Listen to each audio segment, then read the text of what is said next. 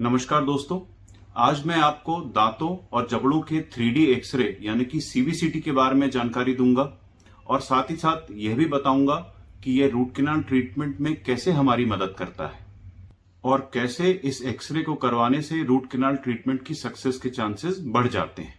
CBCT यानी कि दांतों और जबड़ों का 3D एक्सरे कुछ ही सालों से चलन में आया है और ये डेंटिस्ट्री की फील्ड में एक लेटेस्ट इनोवेशन है।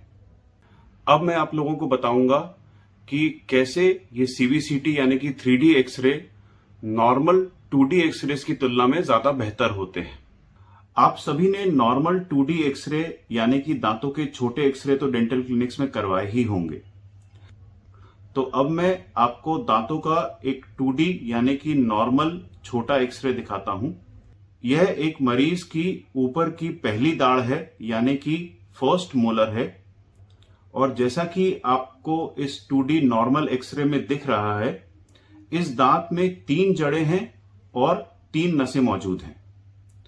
परंतु जब हमने इस दांत का 3D एक्सरे यानी कि सीबीसीटी करवाया तो हमने देखा कि दांत के अंदर जड़ें तो 3 ही हैं, परंतु नसें 3 की जगह 4 मौजूद हैं। दोस्तों, रूट कैनाल ट्रीटमेंट की सक्सेस में सबसे इंपॉर्टेंट होता है कि सारी नसों को अच्छे से क्लीन किया जाए और फिल किया जाए। और यदि इस केस में हम 2D एक्सरे के आधार पर केवल 3 ही नसों को साफ करके फिल करते तो आगे चल के रूट कैनाल ट्रीटमेंट फेल भी हो सकता था। यह भी हो सकता था कि मरीज को दांत में दर्द बना रहे या फिर आगे चल के कभी भी दर्द वापस उठ जाए। परंतु क्योंकि हमने सीबीसीटी करा लिया था और हमको चौथी नस के होने के बारे में पता चल चुका था, तो हमने चारों नसों को प्रॉपरली क्लीन करके फिल किया और रूट कैनाल ट्रीटमेंट को प्रॉपरली कंप्लीट किया। इसके कारण हमारा रूट कैनाल ट्रीटमेंट सक्सेसफुल हुआ और आगे चल के कॉम्प्लिकेशंस होने की संभावनाएं भी कम हो गई। इसके अलावा सीबीसीटी दांतों की जड़ों का शेप भी बताता है, यानी कि दांत की जड़ें और नसें कितनी आड़ी तिरछी हैं, जो कि 2D एक्सरे में कम ही पता चल पाता है।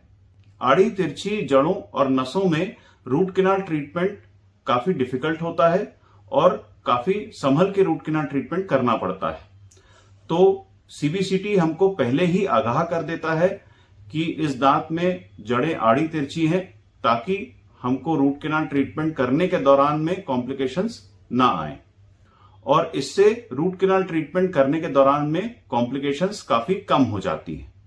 उम्मीद है ये वीडियो आपको पसंद आया होगा। जिन लोगों ने हमारा चैनल सब्सक्राइब नहीं किया है उनसे निवेदन है कि हमारा चैनल जरूर सब्सक्राइब करें। समय देने के लिए आप सभी का बहुत बहुत धन्यवाद।